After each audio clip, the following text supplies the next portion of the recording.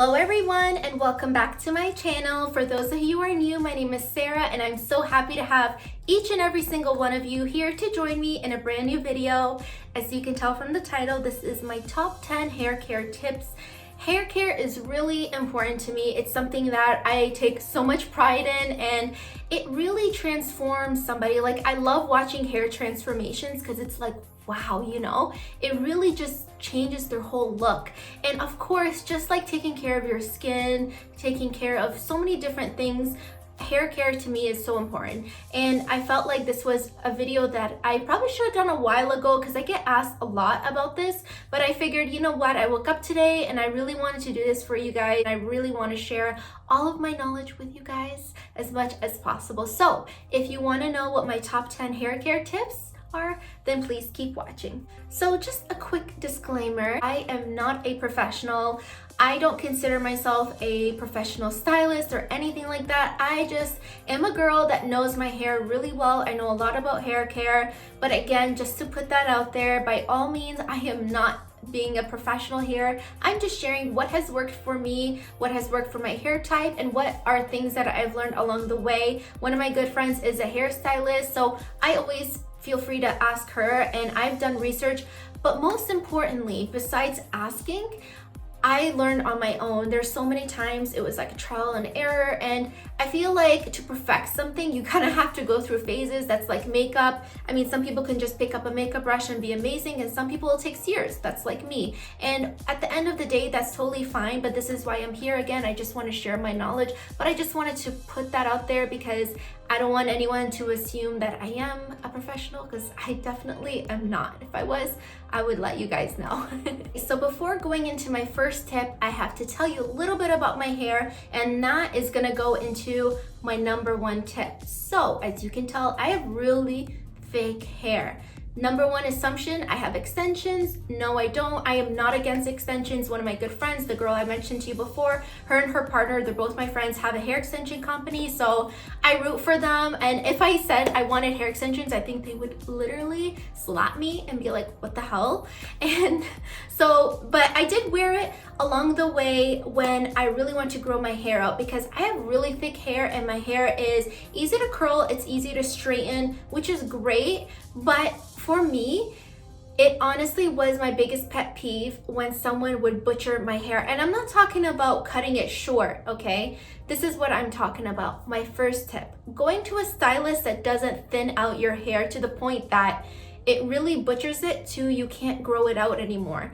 And I've heard of myths like if you cut your hair won't grow to a certain length. I don't know, again, I'm not a specialist, but I noticed because before I met my friend or she would cut my hair, I would go to these random stylists and they would see, wow, like I would dread going because it was a big ordeal because I had really, really thick hair. Like I've always had thick hair, and they would always thin out my bottom and my hair wouldn't grow, like literally it'd go like up to here and that's it, which is great. I think this is a cute length as well, but for me, I've always liked really long hair and I always wanted to achieve that. So for me, that was a time when I was wearing hair extensions and they would again thin out my hair. So my biggest thing, those scissors, I don't know what they're called, I probably should have asked. Again, I'm not a professional that just thins out hair.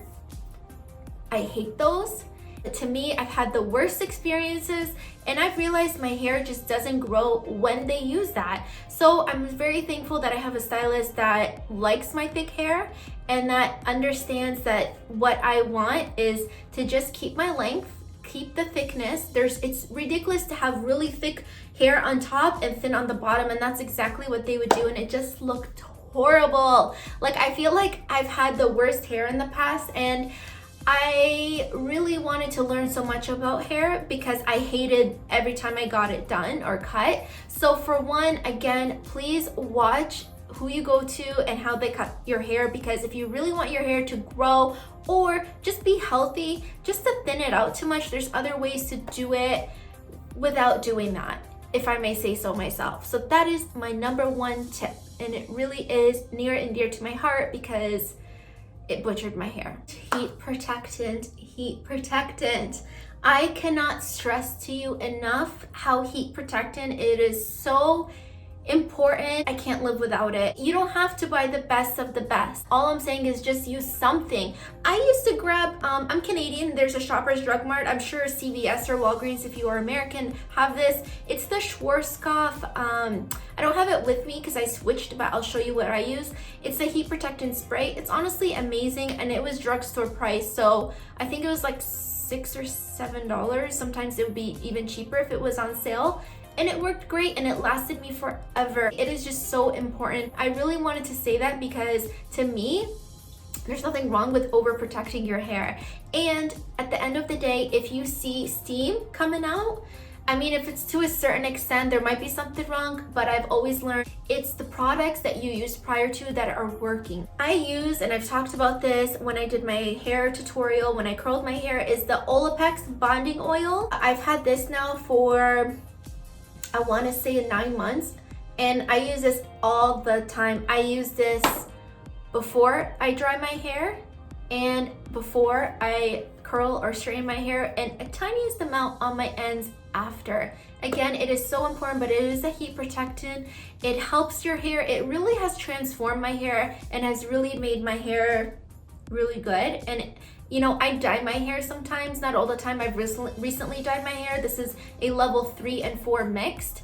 And I just like doing that because when I got my hair highlighted, and it kind of made my ends a little bit lighter over time, so I don't like that. So that's the reason why I dye my hair. But overall, my hair is pretty dark. My hair is naturally like a level 4. This stuff is amazing. If you want to splurge on this, it is really good. I think it's about $38 Canadian, but it's worth it in my opinion. It's a 30 ml, but it has lasted me forever, but I can really tell the difference. And because I have combination oily scalp, I only put it from here down. Even when I am using it as a heat protectant, I might put a little bit towards the ends of right here, but I mostly focus from here down. So knowing your hair type is really important, but heat protectant is my number 2 tip. And my number 3 tip, it is not necessarily a how to grow your hair, but to me it's a tip. It is how to tame your frizz. This helps. A polishing cream helps. And recently I've learned, because I always like to say I learn something new every day, I just grabbed, this is my Moroccan oil hairspray. This is an extra hold. I just put a little bit, like just right here, but just the alcohol tames the frizz. So those things are really important. And another thing to do to help with frizz is if you grab your blow dryer, always have that nozzle that comes with it. That's really important. Some people don't use that, and that, first of all, is really bad. That's like direct heat, so you're damaging your hair. And also that doesn't help with frizziness. And also when you blow dry your hair, if you're giving yourself a blowout, don't blow upwards. That's going to cause frizz. Blow downwards. So that's another thing that can help with frizz. Those are my little tricks that have helped me along the way. So washing my hair, I only wash my hair probably once, max twice a week. And I get it, some people need to wash their hair every day, and I have combination oily hair, and I can go once, maybe twice a week without washing my hair. I can definitely do once a week. I've done it and it's fine. And if you really feel like you need dry shampoo, you totally can. If you have flat hair, use a root spray. There's so many alternatives that you can do to not wash your hair so much, but your hair needs that oil. It needs that almost like essential oil. You know, the more you wash, the more you strip down those natural oils, the more your hair gets drier, the more split ends, etc. But if you can try, don't wash your hair as much. And I'm not saying go 2 weeks or a week and a half. A week is good.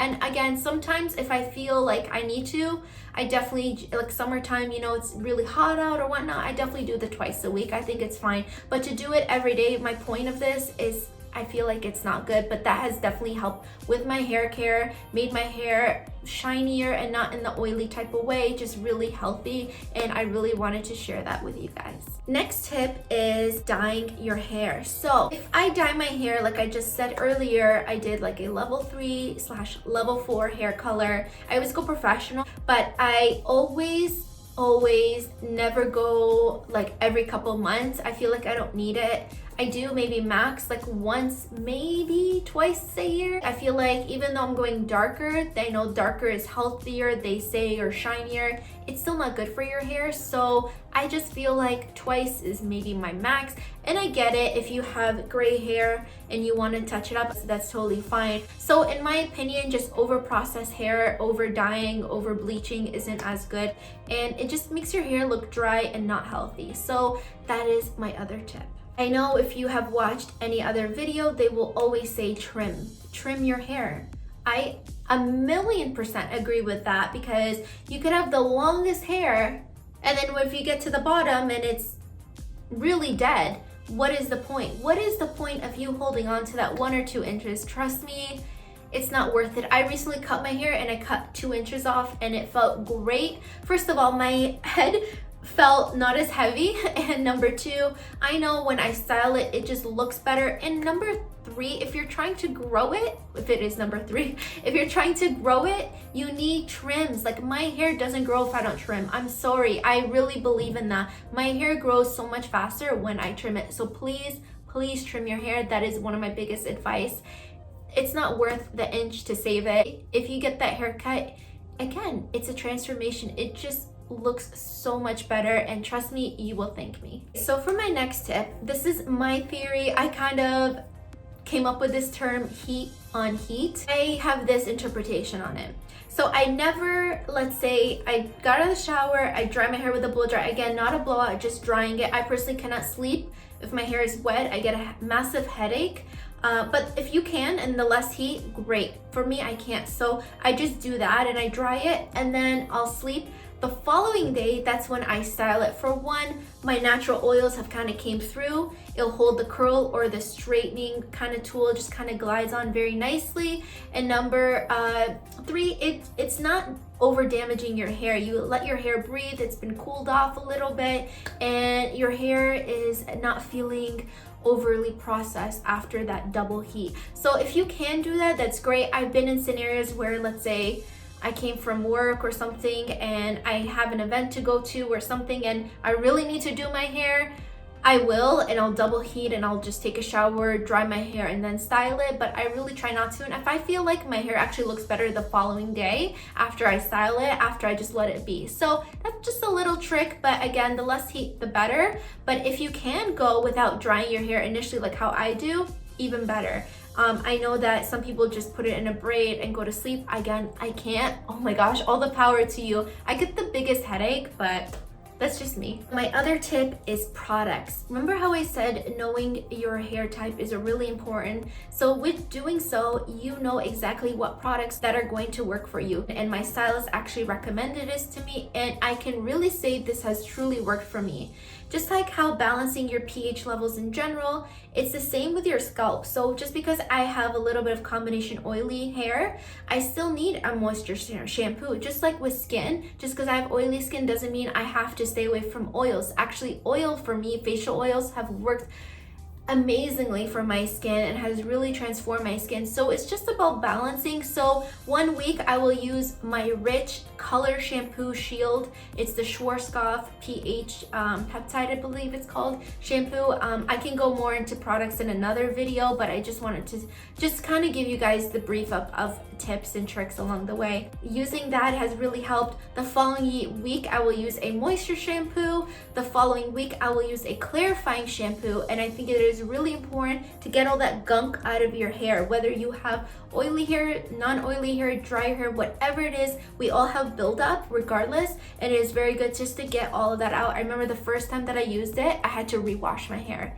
because all the stuff that came out, I was disgusted. Yeah, it's just crazy. If you think about all that stuff that goes in, you don't want it to stay there. So that is really important.